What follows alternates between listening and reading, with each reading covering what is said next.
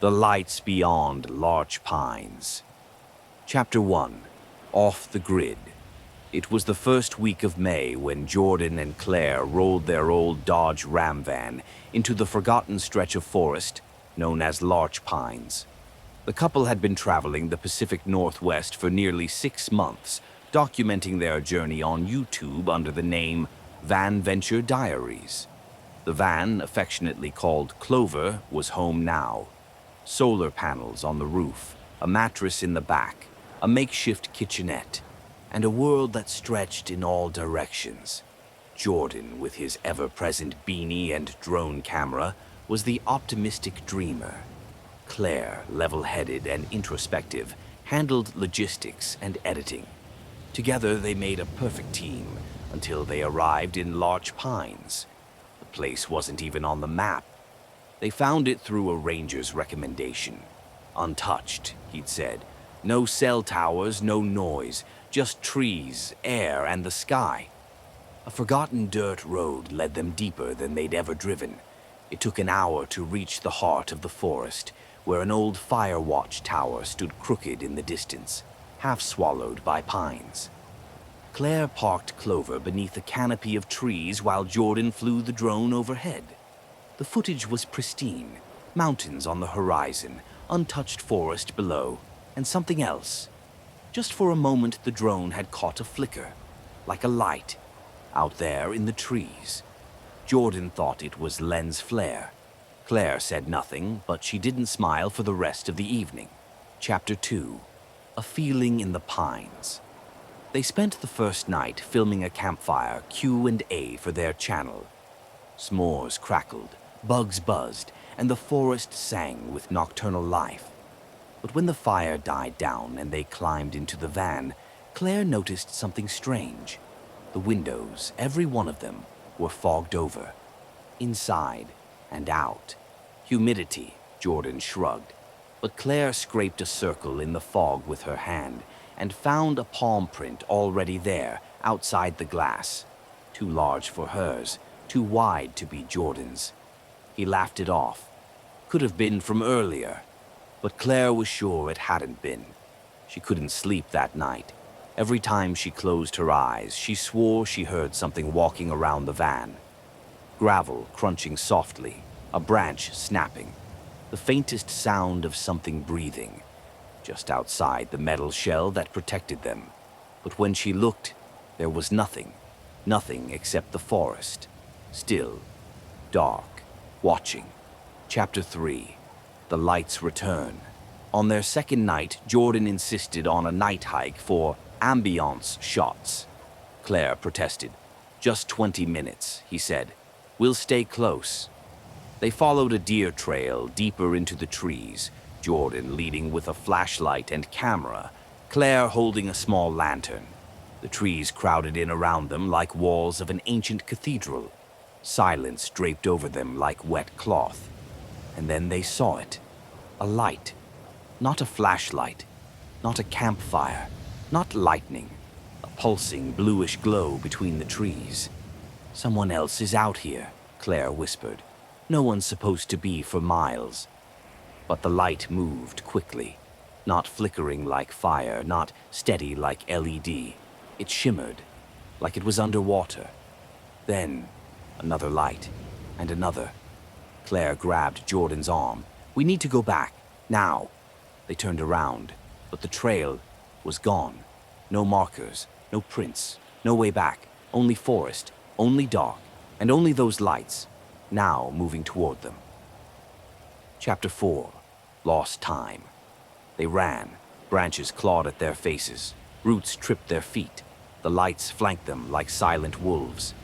Then, darkness. Claire woke up on the forest floor, leaves in her mouth. It was morning. Birds chirped. Sunlight filtered through the trees. She was alone. Jordan, she called. No response. She screamed his name over and over until her throat was raw. And then, he stumbled into view. Clothes dirty. Eyes wide. Claire, where were you? I've been here all night. You were gone. He shook his head. Number you were the one missing. I searched everywhere. It's noon. They had both lost time, hours gone, no memory of getting back. When they returned to the van, things were wrong. The van door was open. Everything inside was wet, like it had rained. But it hadn't. The batteries were drained. The footage on Jordan's camera, corrupted. Only one file remained, a static image of them, sleeping in the van, taken from outside. Chapter 5. Visitors. They wanted to leave, but the road back, gone, blocked by trees that hadn't been there before. Jordan climbed a hill to get signal. Claire stayed in the van, locked in with every curtain shut. That was when the knocking began. A slow, steady tap, tap, tap on the passenger side window. She froze. It wasn't an animal. It was fingers. Long, too long, tapping in a rhythm like Morse code. She didn't move, didn't breathe, until it stopped. And when she finally looked, there was nothing. No footprints, just a smudge on the glass. And on the other side, a matching smudge, like someone had pressed their face against the window. Chapter 6. The tape in the tower. They climbed the old fire tower the next day, desperate for a view, a signal, anything. Inside the top room, they found a dusty desk and a tape recorder. Jordan played it. The voice was male, ragged, panicked. If you're hearing this, leave. They come when it's dark. They're not people, not anymore. They live in the fog. They feed on memory. They look like light, but they're not. They take your time. They take your face. Static. Then another voice. Software too soft, like it was whispering into the recorder. I see you. They left the tower, hearts pounding. Claire turned to Jordan, but he was frozen, staring past her. She turned and saw herself, standing in the trees, smiling, not blinking, just watching. Chapter 7. The van is not safe. That night, they refused to sleep. They locked the doors, covered the windows, turned on every light. But the van began to shake, softly at first, then harder. Like hands were pressing in from all sides. The lights flickered, the temperature dropped. They heard voices, their own voices, echoing from outside, calling to them, laughing, crying. Then, silence. The van door slid open, but no one had touched it. And standing there was Claire, another Claire, mouth open, eyes black, and from that mouth poured light. Chapter 8. The Loop. Jordan doesn't remember how he got back to the fire tower, or why he was alone. The forest is different now, quieter, too quiet. Claire is gone, but sometimes he sees her through the trees, still wearing her jacket, still smiling, and he hears her, whispering through the static in his recordings, saying the same words over and over. We're still in the van, Jordan. We never left. We're still dreaming. And sometimes he believes her, because the sun never sets anymore, and the lights never leave. And every morning, the van is fogged up again, with fresh handprints on the glass, and somewhere, deep in large pines, the tape still plays. I see you. The hollow pines. Day 1.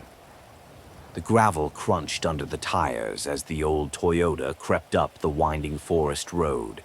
Talia gripped the wheel tightly, her knuckles pale in the muted afternoon light. The trees were thick here, impossibly tall, leaning inward like eavesdropping giants. Her phone buzzed one last time, then blinked. No service. Perfect, she muttered, flipping the phone face down on the passenger seat. She glanced at the printed map beside her. The place was called Hollow Pines, a remote stretch of woods deep in the Great Divide, untouched and unspoiled. The kind of place bloggers claimed was soul healing. Her therapist called it a reset. After the accident, everything had become noise. The city, her friends, her own thoughts.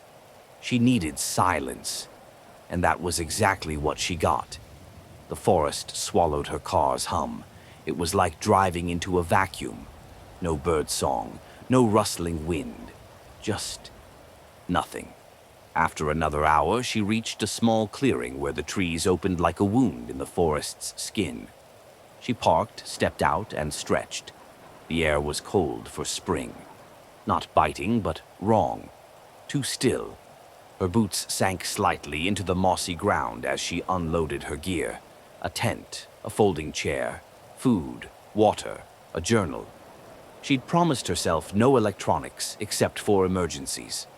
The tent went up smoothly. As the last stake sank into the earth, a chill raced down her back. She paused, scanning the trees. Nothing moved. Stillness pressed against her like a second skin. She tried to laugh it off. It's just the quiet. But after setting up camp, an uneasy feeling consumed her. It wasn't a sound or a shape. It was a knowing, a whisper behind the eyes, the kind of dread that dogs your heels in nightmares. Still, the sun dipped below the trees, and Talia forced herself to eat a cold dinner, scribble in her journal, and zip into her sleeping bag. That night, while she was trying to sleep, she heard a noise outside her tent. It wasn't an animal. It was deliberate. 2 slow steps. Crunch. Pause. Crunch. Then silence. She held her breath. Listened. Nothing.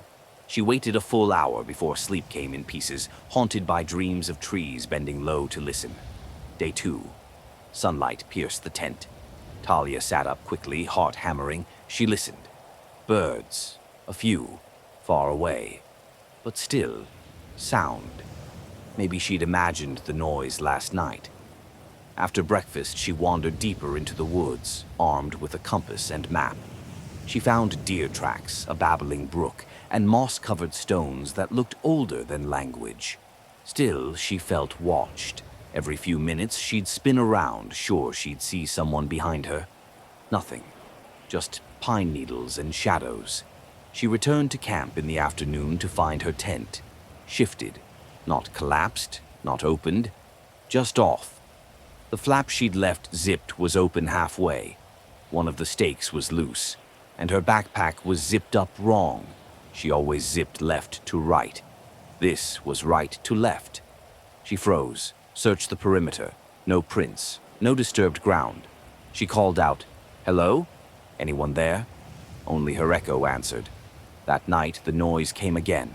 Steps, not close, not far, just circling, around and around the tent. She whispered, "Please go away." The steps paused, then ran. She didn't sleep after that. Day 3. She packed up her tent by sunrise. She had only planned to stay 3 nights. One more, she told herself. Just one.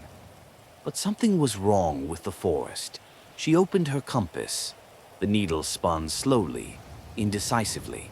She tried the GPS on her emergency beacon. No connection. She followed the road she came in on, just to double-check her escape route for tomorrow. After an hour of walking, she reached her campsite. Not another site. Heron's same bent tree, same fire pit. Her footprint in the moss where she'd tripped yesterday. She screamed, swore, hurled the compass into the woods.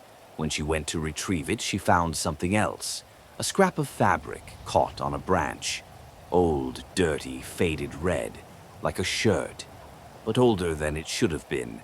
Mildewed, and nearby, claw marks, long, wide, deep. Not fresh, but not ancient.